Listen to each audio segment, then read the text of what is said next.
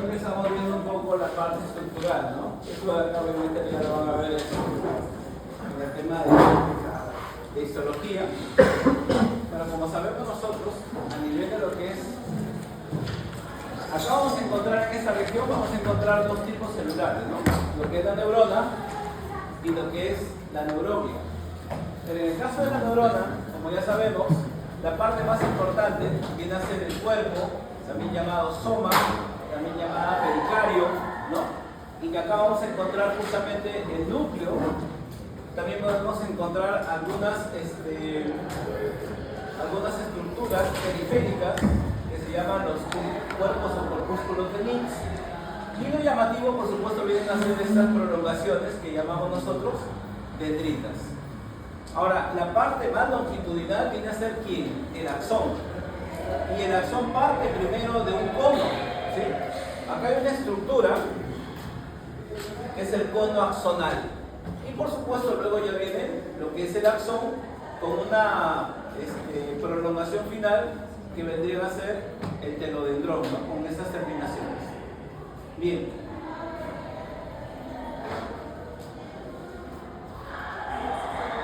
Las neuronas, ¿para qué sirven? O sea, ¿cuál es la importancia fisiológica? Recordemos que el sistema nervioso normalmente lo que es un órgano de coordinación y además es integrador.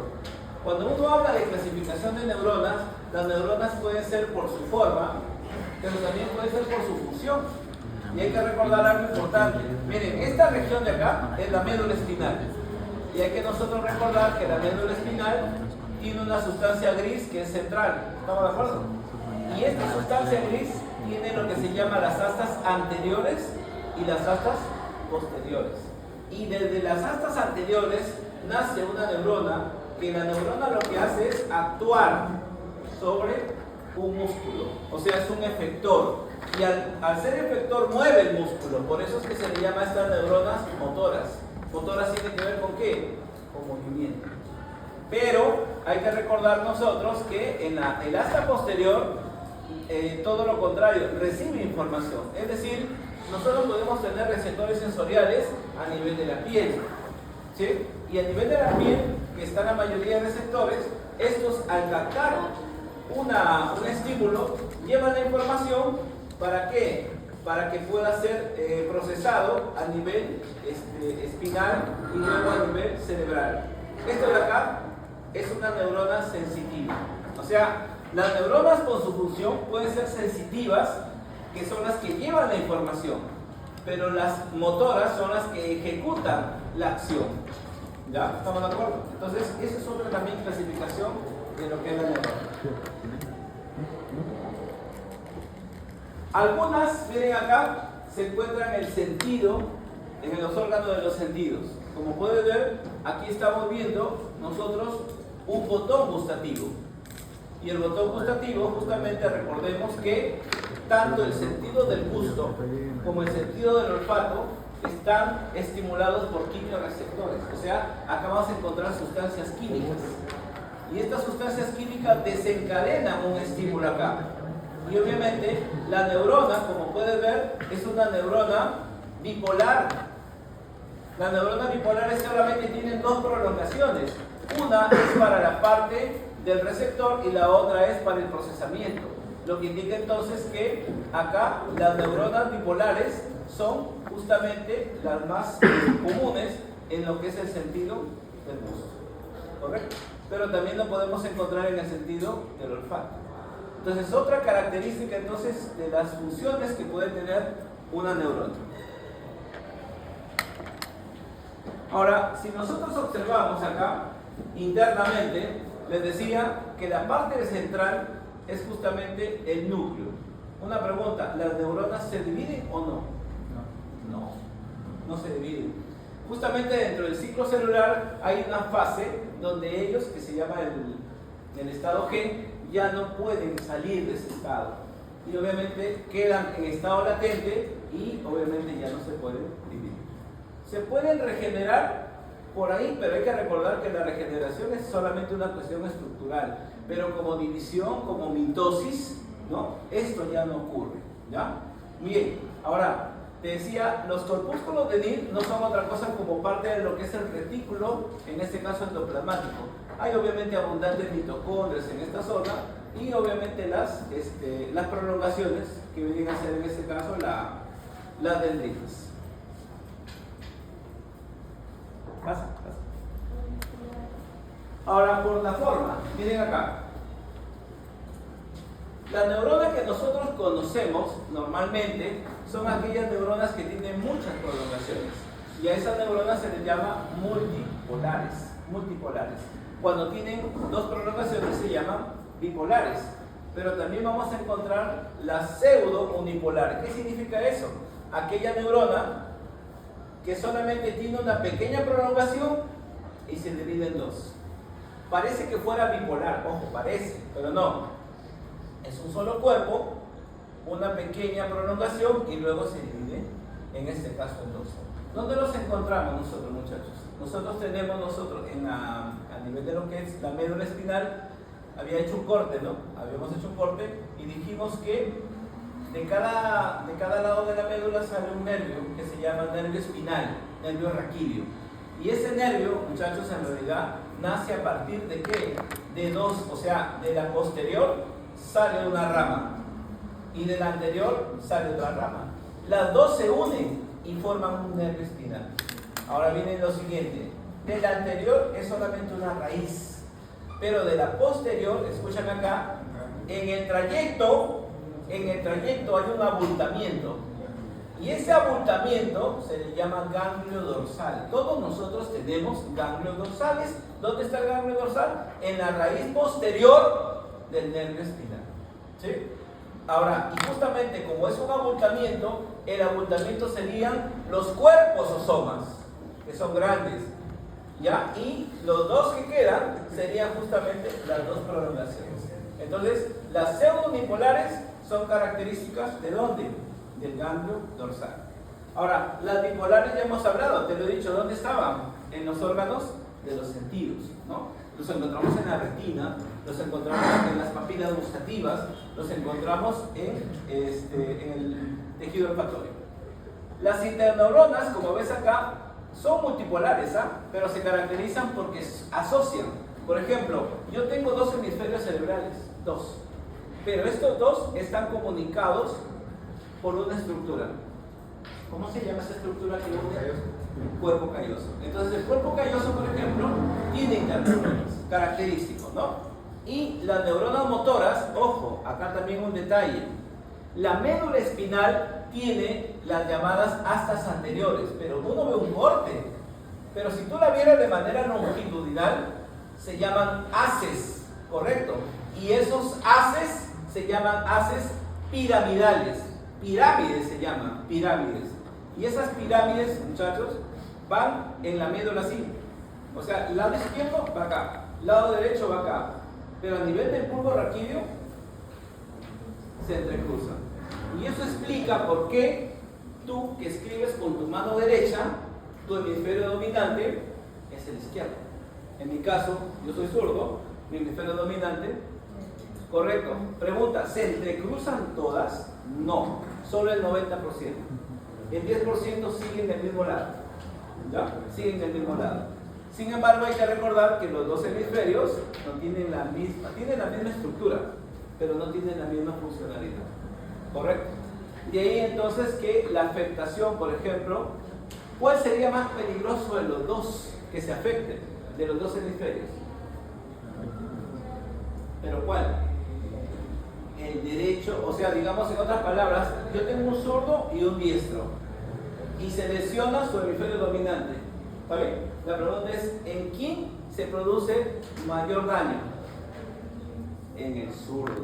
Claro, en el zurdo. O sea, normalmente, digamos, la estructura cerebral está hecha para un diestro, para que cuando tenga una lesión de su hemisferio dominante no le genere tanta limitación, pero no para el zurdo.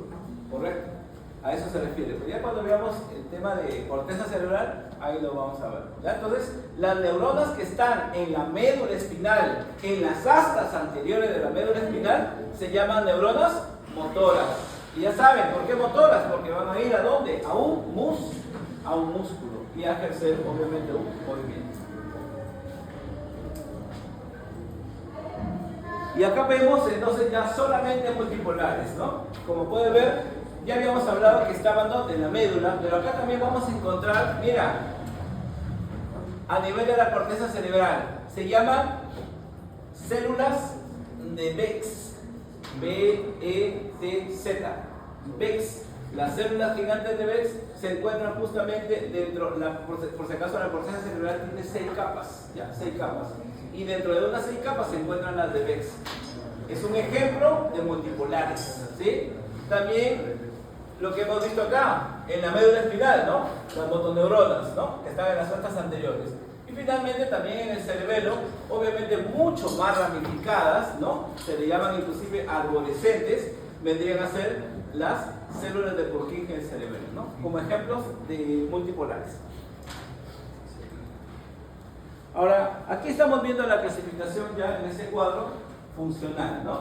Habíamos hablado que normalmente las motoras, acá, ¿no? Las motoras, aquellas que justamente se encontraban, ¿dónde?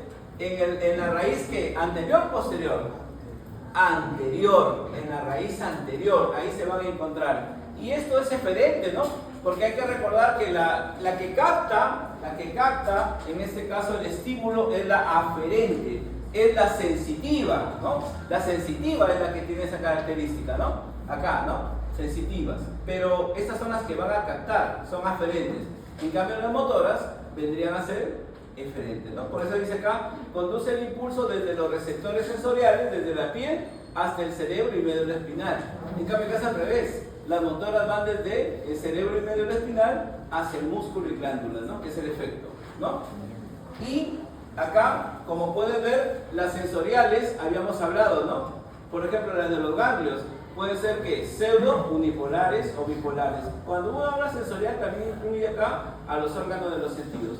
Pero las motoras, exclusivamente, que hemos visto en la lámina anterior, son multipolares. ¿Estamos de acuerdo? Un poco también la diferencia entre ambas, ¿ya? La diferencia entre ambas. Y obviamente existe un grupo de células que no van a tener justamente la función de conductividad o de integración, pero que van a darle el soporte, el mantenimiento, la nutrición, la vascularización, todo lo demás para mantener la integridad de la neurona.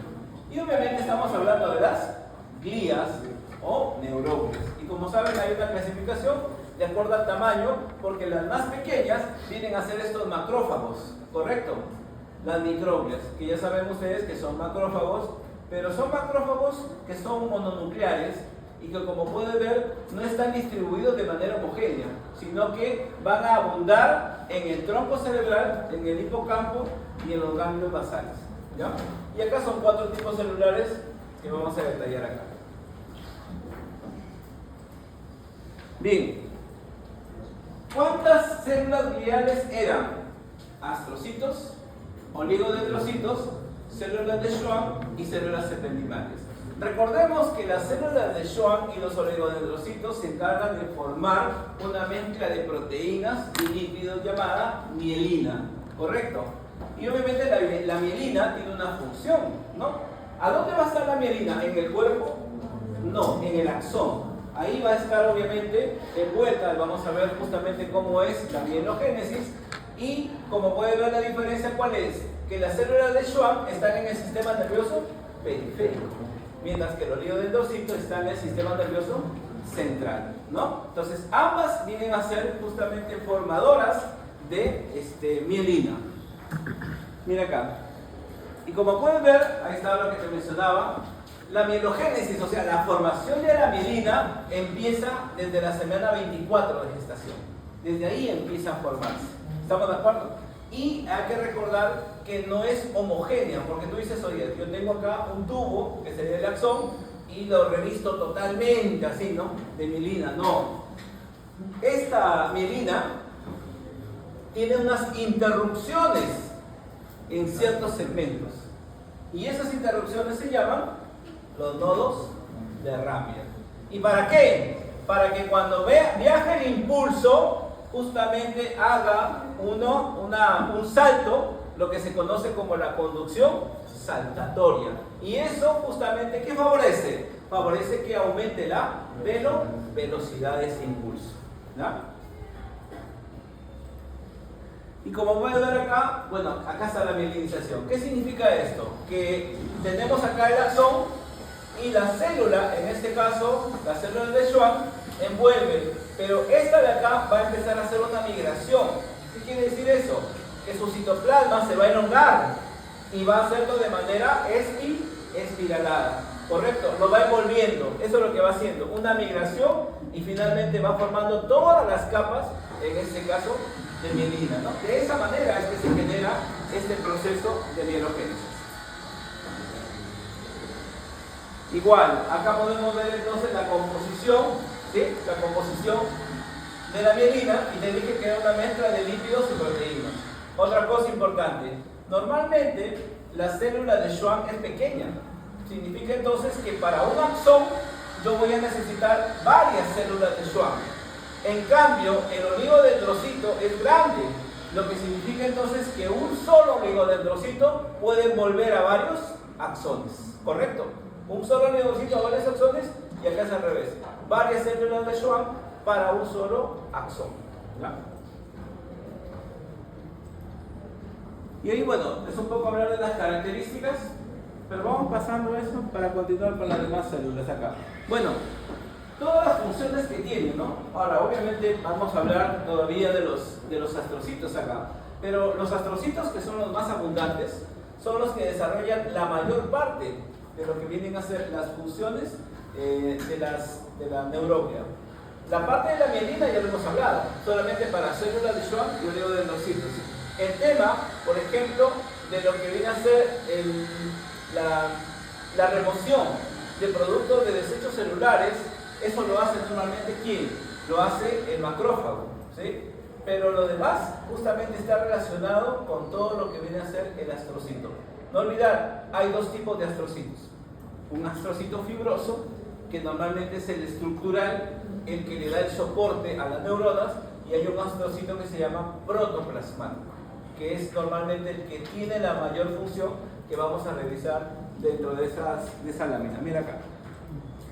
Mira, acá entonces tenemos otra lámina donde tenemos ya un poco la diferencia. Mira, en este caso, escúchame acá, en este caso estamos encontrando a las células del sistema nervioso periférico, que habíamos hablado únicamente de quién, de las células de Schwann, ¿estamos de acuerdo? Pero también existen células satélites, que estas células satélites, como ves, le dan el soporte del cuerpo neuronal, o sea, van a soportar o van a mantener en una posición a las neuronas, pero en el sistema nervioso periférico. La célula de, ahora este es el lado del sistema nervioso central.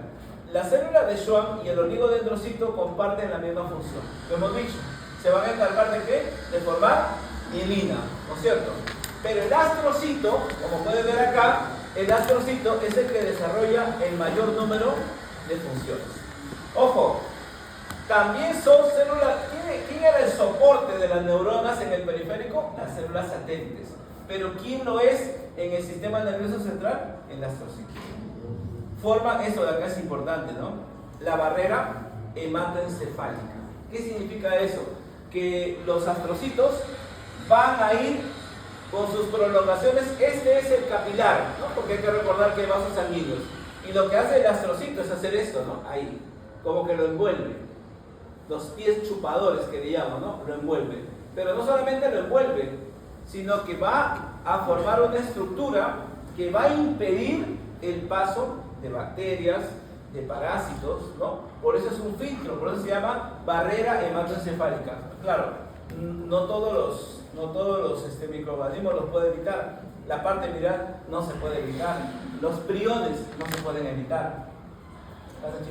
Entonces, tienen esa función, ¿no? Clásicamente, que nos preguntan dentro de la fisiología, ¿quién forma la barrera hematoencefálica? Los astrocitos, pero ya te he dicho, ¿cuáles de los astrocitos? Los protoplasmáticos, ¿ya? También forman factores neurotróficos, ¿no? Y finalmente se encargan de captar también potasio y neurotransmisores también. Finalmente tenemos acá a la microglia, que ya sabemos nosotros que la microglia se encarga como mecanismo de defensa, pero también de ¿qué?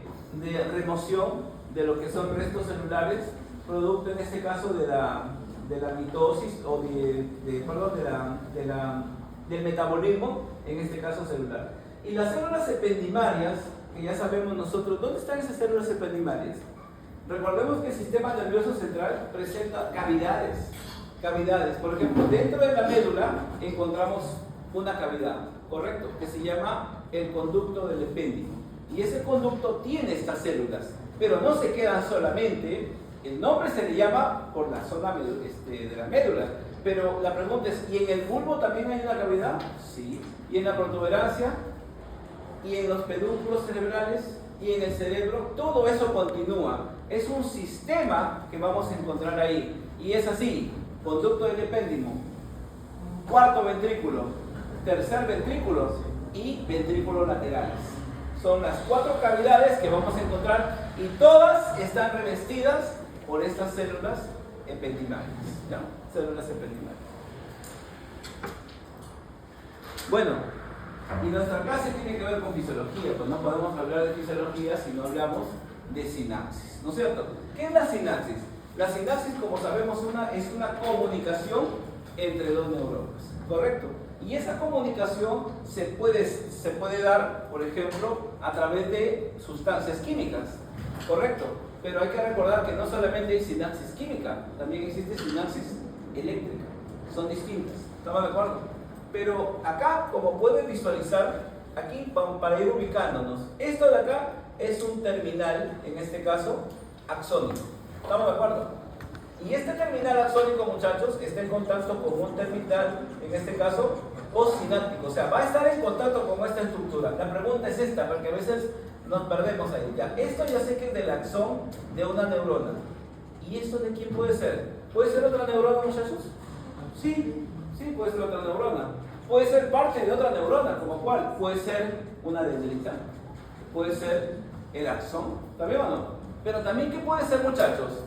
Un músculo. Correcto, puede ser un músculo, porque hay una unión neuromuscular. Entonces, el mecanismo va a variar, porque de aquí lo vamos a ver, pero normalmente, ¿cuáles son los pasos que normalmente vemos acá? Normalmente, como puedes ver en el punto número 1, es que primero hay un potencial de acción. Un potencial de acción en este caso viene a ser una descarga, en este caso, aquí, y esta descarga va a ir por la membrana. Al llegar justamente a los canales de calcio, el calcio, mira lo que hace, ingresa. ¿Estamos de acuerdo? Difunde, va a ingresar, en este caso, al terminal axónico. ¿Para qué? Para que pueda liberar estas vesículas sinápticas que contienen un neurotransmisor, se van a romper y van a permitir la salida.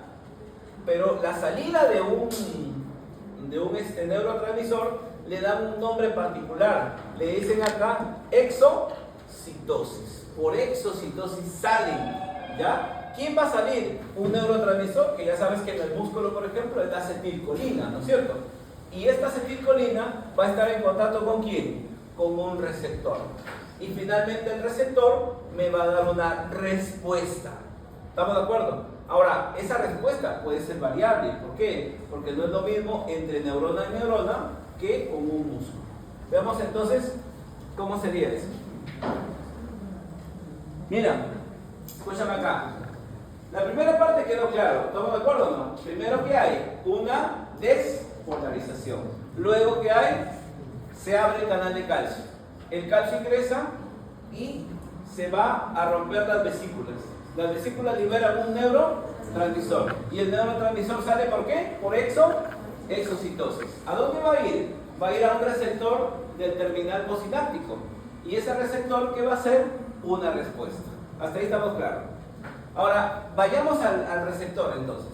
Cuando hablamos de este receptor, donde va a ir justamente el neurotransmisor, ojo, puede ir un neurotransmisor, escúchame bien, puede ir un neurotransmisor o puede ir un ion.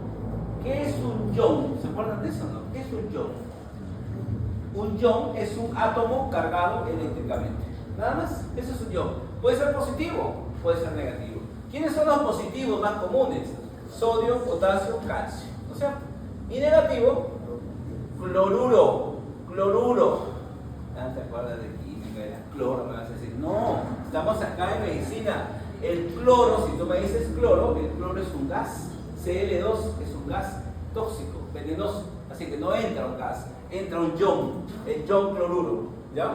Bien. Ahora, como pueden ver, este es el receptor, como me dice arriba, receptor de membrana.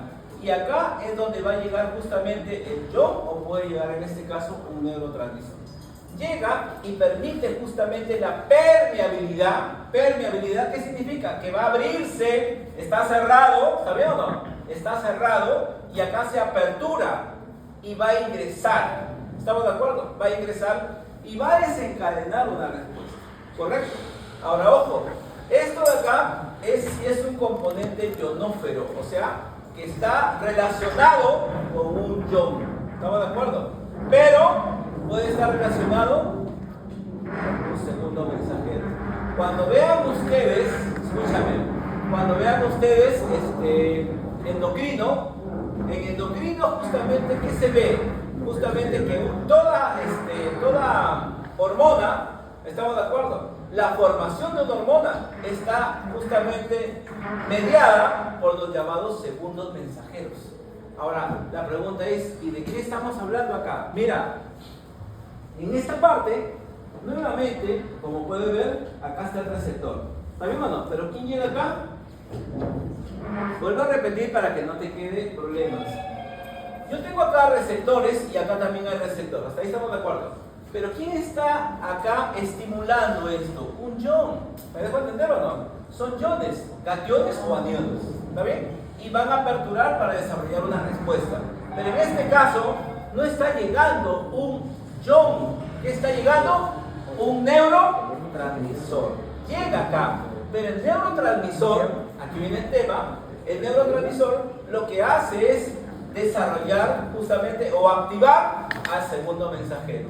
Ojo, aquí vamos a encontrar una proteína que se llama la proteína G. Y esta proteína, como ves, está unida a esto de acá.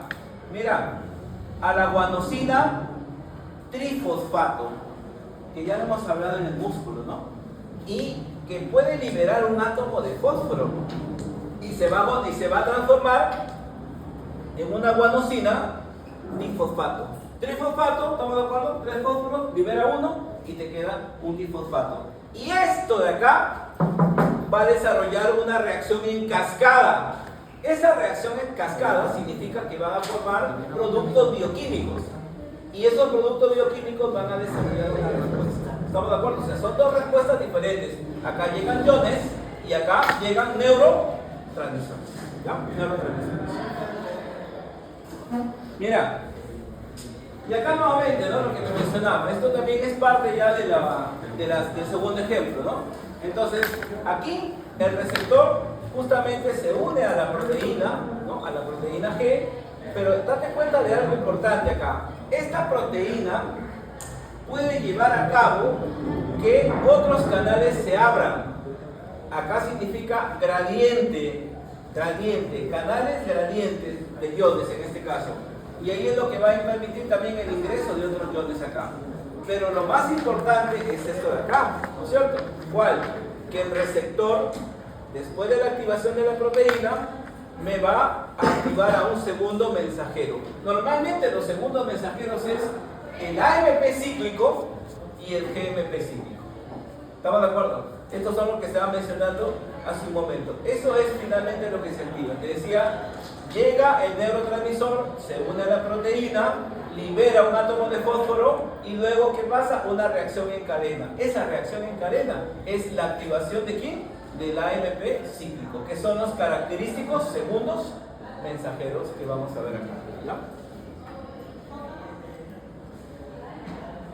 Igual, ¿no? Nuevamente, chicos, la imagen acá. Tienes acá tu receptor, el neurotransmisor y la unión a la proteína G. ¿Qué va a pasar al activarse la proteína G? Uno, puede permitir que otros canales de iones, en este caso, generen un gradiente. Oye, la palabra gradiente significa de menor concentración a mayor concentración. Es como si acá, imagínate que se empieza a llenar de agua todo esto, ¿no? ¿Qué va a pasar con el agua? Tiene que salir, porque acá es mayor la presión del agua que afuera. ¿Estamos de acuerdo? O viene una corriente de aire y la corriente de aire ingresa. Entonces va de mayor presión a menor presión, de mayor concentración a menor concentración. Entonces acá, ¿quién es? Pregunta, ¿quién es el ion más abundante intracelular? El potasio. Claro, pues el sodio es extracelular y como este tiene mayor concentración, permite la salida. Pero hay que recordar que el potasio está en íntima relación ¿con quién? Con el sodio. La salida del potasio permite el ingreso de sodio. Y ya sabemos que cuando el sodio ingresa, también desarrolla una despolarización. Escúchame, ya, pero esto es el gradiente de iones. Pero lo otro está acá. ¿Cuál? Que tenga que activar ¿a quién? A los segundos mensajeros. ¿Quién eran los segundos mensajeros? El AMP cíclico y el GMP cíclico. ¿Estamos de acuerdo? Y como pueden ver, son activados de manera energética, donde el ATP, ¿no?, va a liberar un átomo de fósforo para formarse en GTP. Entonces, eso también explica, en resumen, lo anterior. Seguimos, miren acá. Nuevamente, miren, ya, mucha vaina, ¿no? Mucho menos. Seguimos en lo mismo acá, muchachos. A ver, recordemos, porque esta es la parte de fisiología que uno tiene que conocer. Entonces, ¿qué hemos dicho? Primero que hay acá una despolarización. Retrocediendo, una despolarización. ¿Esto qué permite? La apertura de los canales de calcio. El calcio ingresa dentro de lo que es el terminal presináptico para ir ¿a dónde? A las vesículas. ¿Para qué? Para liberar ¿a quién? Al neurotransmisor. El neurotransmisor sale y luego por exocitosis se va a liberar. ¿Está bien o no? Ahora miren acá, ya tenemos al neurotransmisor en la hendidura, en ese espacio entre ambos, ¿correcto? Entonces la pregunta es, ¿cuál va a ser el efecto que va a tener ese neurotransmisor? Como pueden ver, puede ir a través de un canal iónico, ya eso ya lo hemos explicado, pero escúchame, cuando viene a través de un canal iónico, entonces ¿qué va a ocurrir? Va a ocurrir que si va, en este caso, con el caso del sodio, miren acá, se va a generar un potencial postsináptico excitatorio, lo incrementa este potencial. Pero acá lo que hace cuando es en un potencial postsináptico inhibitorio, lo disminuye. Acá normalmente hay una despolarización. Y recuerden que la despolarización está relacionada ¿con quién? Con el sodio. El sodio es positivo. Pero acá hay una hiperpolarización. Eso tienes que aclararlo porque es normalmente lo que se suele preguntar, ¿sí? Aquí, cuando esté en relación al sodio, cuando es excitatorio, es una despolarización. Y cuando es inhibitorio, significa que es hiperpolarización. Son distintos, pero acá normalmente se hace negativo ahí, ¿no? Y en el otro extremo, ya otra vez, cuando es el receptor, en este caso es una proteína, acá está la proteína G, y que luego esta va a mediar, ¿qué? Va a mediar, va a mediar acá el segundo mensajero, en este caso el AMP cíclico y el GMP cíclico, ¿no? Esos son los segundos mensajeros, acá está, ¿no? La vía de los segundos mensajeros. Bien. Ahora, obviamente hay diferentes tipos de receptores, como pueden ver, ya lo hemos mencionado. En el caso de los excitatorios, ¿ya? Como pueden ver, y lo hemos dicho nuevamente, se encargan de lo que es la apertura de calcio, ¿no? El sodio, perdón. El ingresar el sodio, como es positivo, va a generar todo ese proceso de despolarización, ¿sí? Sin embargo, acá lo interesante, ¿cuál es, chicos? Miren, cuando uno habla, escúchame, vamos un poquito saliéndonos al tema del experimento. Tú tienes un vaso de agua con alcohol, tienes un vaso de agua con limón y tienes un vaso de agua con sal, ¿correcto? Entonces, uno puede colocar electrodos a cada vaso y uno puede unirlo o ponerlo en contacto con un foco. La pregunta es, ¿en cuál de los tres ejemplos prende el foco? ¿En el agua con qué? ¿Con alcohol? ¿Agua con limón o agua con sal? Sal, ¿correcto? Obviamente, ¿por qué? Porque estamos hablando de formación de iones. Limón también, por si acaso, sino que el ácido de limón, que es el ácido cítrico, es un ácido débil, pero forma también iones. Y obviamente el alcohol no forma iones para nada, ¿correcto? Ahora, escúchame. Entonces, ¿qué quiere decir? ¿El sodio conduce a la corriente? Claro. ¿El potasio conduce a la corriente? Por supuesto. Y el cloruro también, los tres conducen a la corriente. Entonces, ¿por qué cuando hablamos de excitatorio hay un efecto sobre el sodio, pero por qué hay una disminución en el potasio o en el cloruro? La razón es simple, muchachos, te lo he dicho en su momento. El catión más abundante extracelular, ¿quién es? El sodio. Este es el más abundante, de acá. Pero intracelular es el potasio.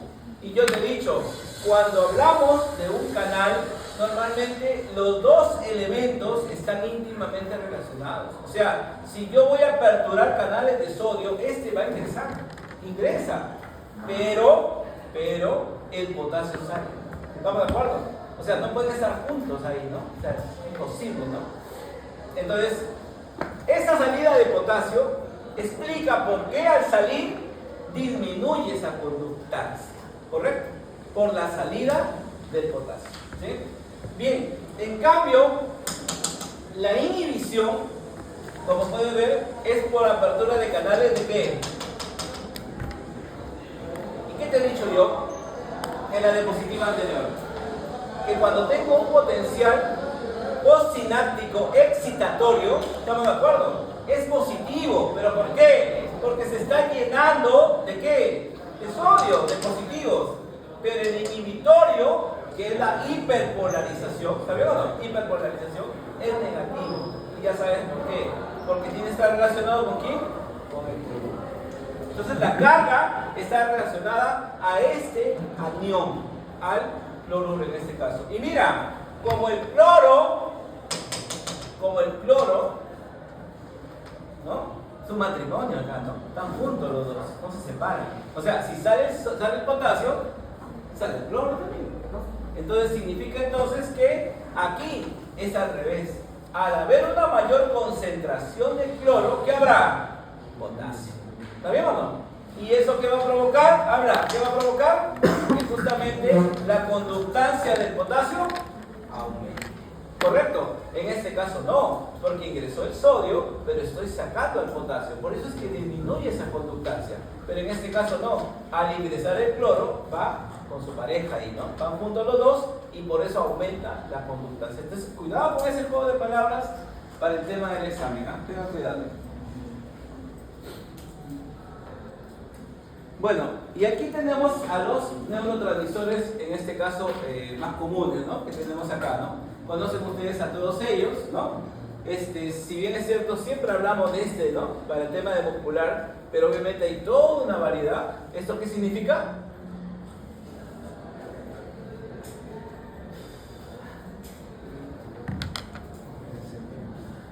Desde el punto de vista químico, no en jerga, ¿no? Eso es óxido nítrico. Y el óxido nítrico, por ejemplo, tiene un efecto, ¿sabes dónde? Un efecto a nivel de la pared arterial, a partir de lo que es la pared de vasos sanguíneos. Ahí participa el óxido nítrico. En realidad su fórmula es NO, ¿no? NO. No es O, porque ni la han puesto a redes. Pero es NO la fórmula del óxido nítrico. Bien. Bueno, miren acá. Los receptores, los neurotransmisores se van a dividir en 4 categorías. ¿Estamos de acuerdo? 4 categorías. Clase 1, 2, 3 y 4. Y cada uno de ellos, por supuesto, tiene una función. Ahora, conocemos, por supuesto, ¿no? A la acetilcolina, que normalmente sabemos que es un excitador, claro. ¿Por qué? Porque actúa sobre la unión neuromuscular en la contracción muscular. Hablar de contracción es hablar de un estímulo excitatorio. Pero, como puede ver, también puede tener un efecto inhibitorio. ¿Correcto? Inhibitorio. Ahora, Normalmente por naturaleza, el parasimpático, ¿no? Que es parte del sistema nervioso autónomo, tiene este efecto, por supuesto. Normalmente, te digo, ¿no? Pero también tiene, por si acaso, efectos también estimulantes ahí. La clase 2, que es para el tema cardíaco, para hablar de, obviamente, adrenalina y noradrenalina, ¿no? Que normalmente a nivel cardíaco, a nivel del corazón, tiene justamente sus efectos más importantes. Sin embargo, también hay que recordar que están dentro de lo que es el tallo encefálico y el tálamo. También vamos a encontrar ahí. ¿Con qué otro nombre, por si acaso de repente la pregunta te pueda fastidiar, con qué otro nombre se le llama a la adrenalina y noradrenalina? Norepinefrina. Epinefrina y norepinefrina. ¿Correcto? Norepinefrina. Oye, una variante de esto de acá, ¿ya? Escúchame, para que sepas. Una variante de esto de acá es la llamada efedrina. ¿Has escuchado eso o no? ¿Sí? Los que Maradona, ¿te acuerdas o no? Maradona. ¿No? Cuando hacen este doping, ¿qué pasa? Que son sustancias energéticas, estimulantes, pero obviamente son prohibidas, pues, ¿no? Ojo, pero espera, existe una forma que se llama pseudoefedrina. Y la pseudoefedrina, correcto, tiene un efecto sobre la secreción nasal. O sea, que si yo estoy gripado, ¿no? Normalmente, ¿qué te dicen? Tómate tu antihistamínico, cetericina, cloralidina, ¿no? Ya, pero, clorfenamina. Pero, haz cuenta, la gente ve más. Llega un niño con neumonía, con fiebre, pero la mamá dice, ¿y no le va a dar nada para la tos? O sea, le importa la tos, la otra no le interesa, ¿no? O sea, le molesta el oído a ella, a la señora, ¿no? Pero el otro está que se mueve, lo vamos a nebulizar, pero quiere para la tos, ¿no? Algo así. Entonces, igual, tu gripe lo puedes controlar, pero ¿tú qué quieres? No, te controla el goteo, la rinorrea, y utilizas algo que inhibe esa secreción, pseudoefedrina. Y esa unión se vende bajo receta médica, porque obviamente la pseudoefedrina, al ser derivado de la adrenalina, no puede ser vendido de manera comercial porque produce taquicardia, ¿ya? Por si acaso. Bien, dentro de este grupo también encontramos, como puede ver, a la dopamina y a la serotonina, que normalmente esto de acá se va a encontrar a nivel de lo que son núcleos, ¿no? O sea, a nivel cerebral, chicos, cuando veamos el tema del sistema nervioso, ya en sí, vamos a encontrar que dentro de lo que es los hemisferios cerebrales en la parte basal, encontramos un conjunto de núcleos. Que estos núcleos a veces vienen a ser estaciones para desarrollar algunas funciones. Por ejemplo, el tálamo es un núcleo. ¿Y el tálamo por qué se caracteriza? Porque es un centro de estación de sensaciones. ¿Qué sensaciones tienes tú? Sensaciones auditivas, sensaciones olfatorias, sensaciones gustativas, sensaciones visuales, sensaciones táctiles. Pero la pregunta que siempre me hacen es ¿cuál de las sensaciones no pasa por el tálamo? Y las respuestas son olfatorias. Las olfatorias, por ejemplo, no pasan por acá, ¿sí? Entonces, eso lo vamos a ver, chicos, todos los ganglios lo vamos a ver obviamente en el tema de... Y ahí hay bastante fisiología, ¿no? Ya el sistema nervioso central. Bueno, los otros, digamos, de menor rango, la glicina, el GABA, que también se ve, y el glutamato, vienen a ser normalmente de menor rango, pero sin embargo, escúchame, sí están relacionados con ciertas patologías. Cuando un neurotransmisor no está en cantidades adecuadas, se presentan estas enfermedades clásicas, ¿no? ¿Cuál? Alzheimer. Te van a preguntar, oye, ¿y el Alzheimer cuál es el neurotransmisor que está comprometido?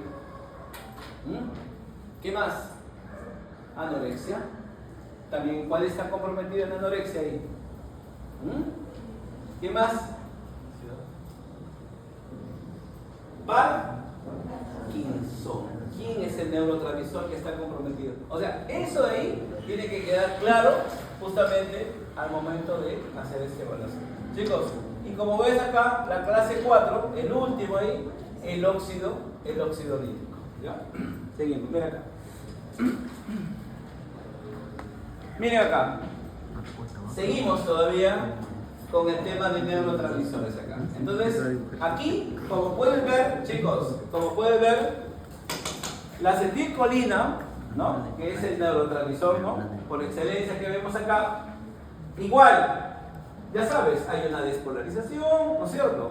se va a liberar, que ya sabes que normalmente la acetilcolina está preformada en las vesículas sinápticas. Ahí está preformada y se va a liberar. Sin embargo, esto también ya lo hemos visto, ¿no? Una vez que se libera la acetilcolina y se une al receptor y obviamente desencadena toda la respuesta, ¿qué pasa con esta acetilcolina que está aquí en esta hendidura? Se tiene que metabolizar. ¿Por quién? Por la acetilcolinesterasa. O sea, se forma, se almacena y acá se degrada. Sí, y eso pasa todo el tiempo. ¿Estamos de acuerdo? Eso es un proceso de ahí. ¿Sí? Y finalmente hay que recordar que los receptores, eso también les había dicho en la clase pasada, los receptores para acetilcolina se llaman receptores colinérgicos. Y hay dos tipos de receptores colinérgicos que son los muscarínicos y nicotínicos. ¿Y cuáles eran del músculo estriado? Nicotínicos, N1, N2. N2, ¿no es cierto? Y para el cardíaco, ¿cuál era? Un muscarínico, ¿pero cuál? El M, doctor, ¿cuál M? El M3. Y para el cardíaco, el M2. ¿Correcto? Al cielo se van a ir. Bien, ahora, acá obviamente hay otro conjunto de neuropéptidos, porque los otros son de acción corta, pero también rápida. Pero acá, normalmente, estos de acá tienen una acción, digamos, más limitada, pero no por eso, en este caso vamos a dejar de mencionarlos. ¿Por qué? Porque tienen que ver con esto de acá, con cambios metabólicos, ¿no? Normalmente hay que recordar que cuando tú hablas de anabolismo y catabolismo, que son procesos que se dan dentro del metabolismo, ¿ya? Tiene que ver también por una mediación de neuropéptidos. O sea, en la parte donde encontramos, digamos, este conjunto, lo vamos a encontrar. Por eso es que dicen algunos que nosotros tenemos un segundo sistema nervioso, ¿no? Y estamos hablando de la parte entérica. En la parte intestinal, cuando tú veas ya dentro de lo que es la parte de histología, ahí se ven células y glándulas que están relacionadas íntimamente con el sistema nervioso, ¿ya? Pero van a ver justamente por qué, porque tiene que ver justamente con estos cambios metabólicos acá. Y hormonas, por supuesto, como ves ahí. Bueno, miren cómo puede ser la sinapsis. Ya hemos hablado de la sinapsis. La sinapsis se puede dar entre axón y axón, ¿no? Axoaxónica.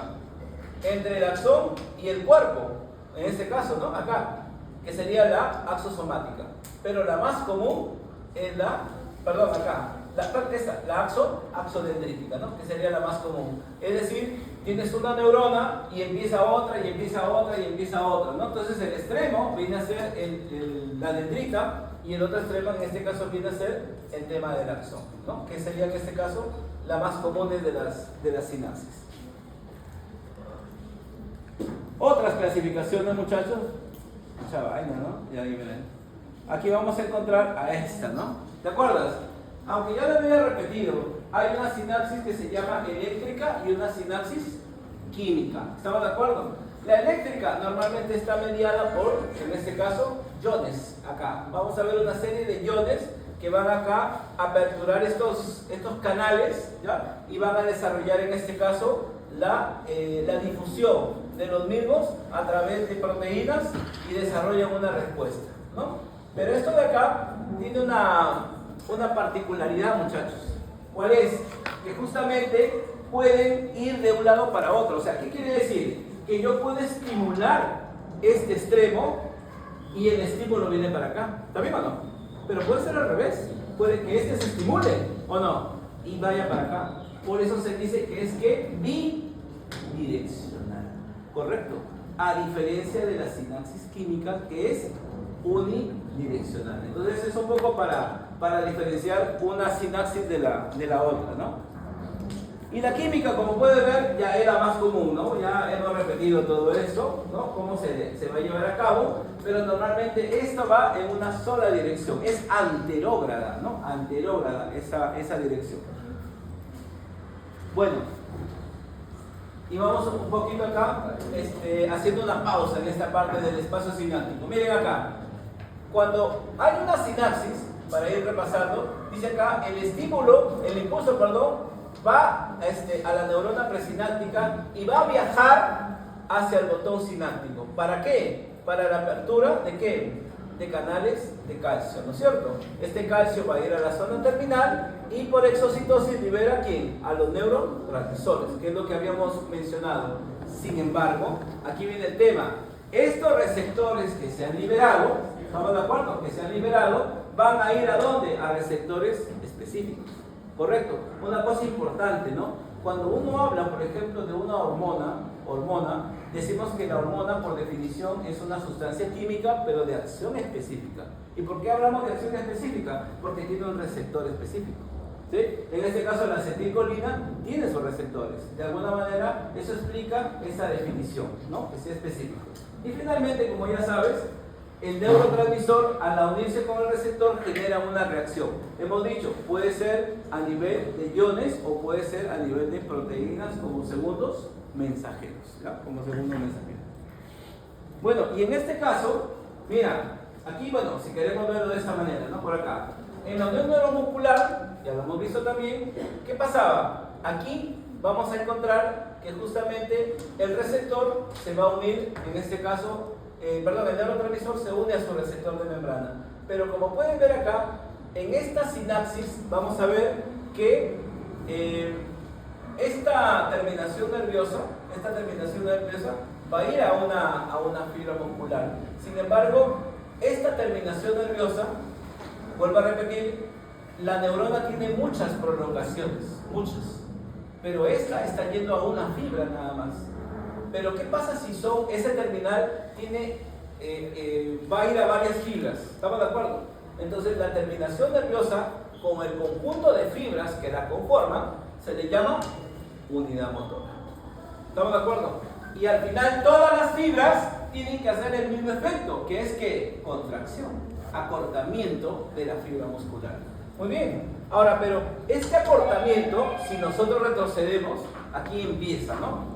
El impulso nervioso, ¿estamos de acuerdo? El impulso nervioso va a viajar y justamente a nivel de estos botones va a liberar, en este caso, la acetilcolina. La acetilcolina actúa sobre la unión neuromuscular a través de un receptor, pero aquí viene el detalle, ¿no? Que normalmente la acetilcolina, como lo hemos visto, va a ser justamente a través de una despolarización.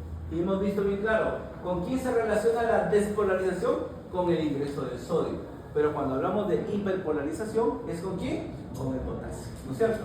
Y esta despolarización me lleva a cabo a la liberación de calcio, la unión de la troponina, ¿no? Deslizamiento de los filamentos, y eso me lleva a una contracción muscular. Ahora, el voltaje, ¿no? Ahora, acá ya hablamos algo distinto, ¿no? ¿Por qué? Porque si bien es cierto, estamos hablando que hay estímulos, ¿no? Y el estímulo se hace por una despolarización. Entonces la pregunta es, acá hablamos de dos potenciales que se le llaman. Hay un potencial de acción y hay un potencial de reposo. ¿Estamos de acuerdo? Y como ves, el punto clave que está justamente señalándose acá es justamente este voltaje, ¿no? Menos 65 milivoltios. Y a través de este punto de partida puede haber mayor excitabilidad, significa entonces que se va a hacer positivo, correcto, o menos excitabilidad, ¿no? Que se va a hacer en este caso negativo. Pero la pregunta es, ¿de quién depende, digamos, el voltaje en este caso? De los iones, muchachos. Los iones, o el compromiso de los iones, en este caso el sodio, es el que determina esa positividad, va a desarrollar, pero obviamente empieza desde un estado basal negativo y se hace obviamente positivo. Pero al revés, ¿no? En el caso del cloruro, es el que va a ser responsable de la menor excitabilidad, porque obviamente la menor excitabilidad está relacionada con la hiperpolarización. Bien, miren acá. Aquí podemos ver entonces que estos voltajes varían también. Si bien es cierto, hemos hablado de un potencial como neurona, pero como elementos es distinto, ¿no? Entonces, como pueden ver, tanto el sodio, el potasio y el cloro tienen voltajes, en este caso, diferentes, ¿no? Y obviamente van a tener, como dice acá, el sodio, que es más 61 milivoltios, dice tendencia a entrar Pero por supuesto, porque hemos hablado nosotros que en el caso del sodio es por apertura. En todos los esquemas que hemos hablado, en ningún momento me habla de salida de sodio. ¿Estamos de acuerdo? Siempre es ingreso de sodio. El sodio ingresa, difunde al citoplasma y va a desarrollar obviamente esa respuesta, ¿ya? Ahora, acá en cambio el potasio, ¿te acuerdas o no? ¿Qué hemos visto? Que el potasio va a tender ¿a qué? A salir. ¿Estamos de acuerdo? ¿Por qué? Porque hay un efecto distinto por las concentraciones que hay. Es decir, el potasio normalmente está en las células. Él no tiene por qué ingresar. Si él está ahí, es el más abundante en el intracelular. Por eso es que el sodio en cambio sí está afuera. Y ese es el que va a difundir. Y la diferencia de cargas, eso se llama despolarización.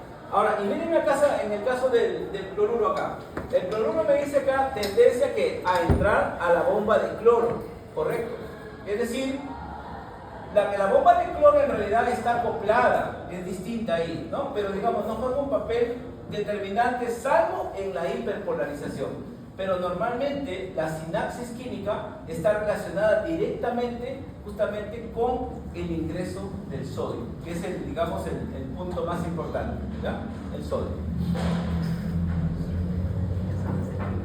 Y acá, nuevamente, ¿no? Esto de acá es una figura del gaito. Miren acá. Acá hay que tener cuidado porque esto de acá es la concentración, chicos, es la concentración, ¿sí? Esto es lo que se llama la concentración, pero en estas unidades, mili equivalentes por litro. ¿Sí?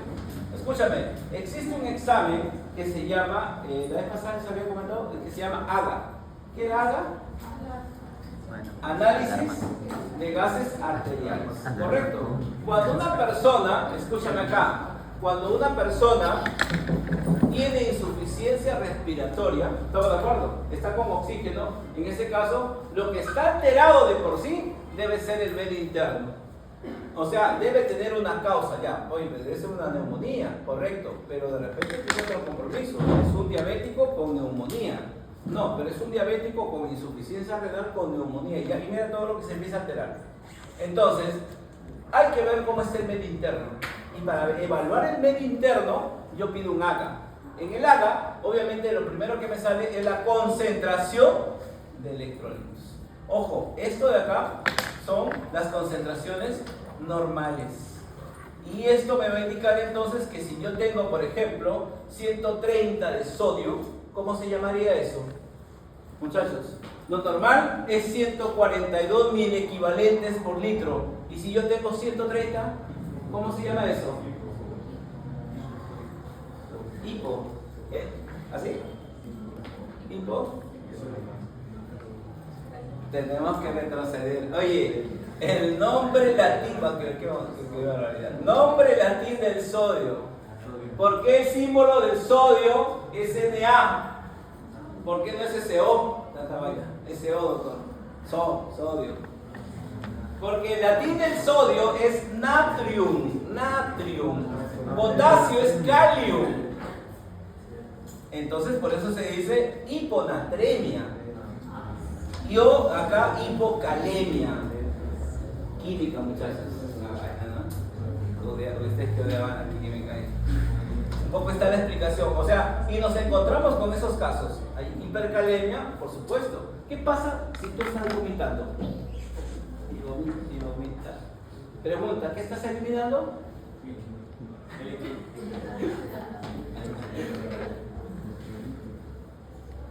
¿De dónde está viniendo ese líquido? Del estómago. ¿Y qué estás eliminando? ¿Y cuál es la composición del jugo gástrico? HCl. ¿Estás eliminando qué? Cloro. ¿Y con quién se casó el cloro? Con el potasio. ¿Estamos de acuerdo, no? ¿Sí? ¿Estamos de acuerdo? Entonces, para que veas que eso explica, esa salida explica algo. Cuando la persona tiene esos procesos, a veces puede llevar, tú sabes que el potasio está relacionado con la tetania, ¿no? Por eso es que la persona empieza a tener, o sea, la persona está acostada y está vomita, y si tú no le pones justamente solución polielectrolítica, la persona a nivel de todo lo que son fascículos musculares del muslo empieza a hacer este movimiento, fasciculaciones. Y esas fasciculaciones te está diciendo que hay pérdida de potasio. y hay que meterle solución polielectrolítica. ¿Por qué no le pongo, doctor? ¿Por qué no le pongo el suero de Telifarma? Tanta vaina, ¿no? Porque ¿qué tiene ese suero? ¿Cloruro de qué? De sodio. Yo no necesito sodio, yo necesito gas. Y eso lo tiene la solución polielectrolítica. Entonces, date cuenta entonces que las explicaciones que estamos dando, ¿no? A veces a los muchachos, a los internos nos paramos fastidiando, pero es un poco eso, o sea, cuando tú ya estás viendo al paciente, ahí viene el detalle. No, lo otro, tengo hormigueo, o sea, ¿estás vomitando? No, pero no eres diabético, no, o sea, no tienes neuropatía diabética, no tienes, nunca has tenido hormigueo, pero ya el hormigueo está indicando el inicio de la pérdida de potasio. ¿Y por qué está? Peor si tiene diarreas, porque en diarreas, ojo, pierde bicarbonato. En diarreas pierde agua y bicarbonato. Entonces, esto es importante, muchachos, tener el conocimiento, pero de la concentración de estos elementos, ¿no? Y bueno, y aquí obviamente, hablando acerca de los elementos, ya sabes, ¿no? De acuerdo al estímulo que va a venir, justamente cada uno de ellos va a generar un cambio, en este caso, en su voltaje. ¿Estamos de acuerdo?